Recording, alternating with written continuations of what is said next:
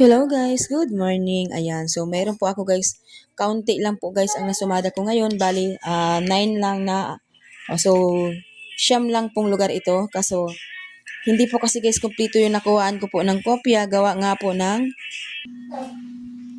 so hindi po kasi guys kumpleto yung nakita ko po kasi guys na kopya is yung kahapon pa. So wala pong nag-update na ngayong araw. Kaya pasensya na po sa hindi ko po masusumada na lugar.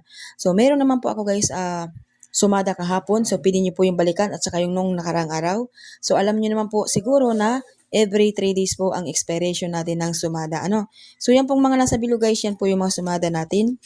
Saka dito, ayan, so bukas na po ako guys magsumada ng lahat. Baka mayroon na pong update ng lahat. Ano, so 55 po kasi yon. Hindi ko po kaya siyang isa-isahin. Mahirap pong maghanap ng labas. So yan, dito po sa kabila, Laguna, Batangas at Camarines Norte. So yan lang po guys ang nakuha kong sumada.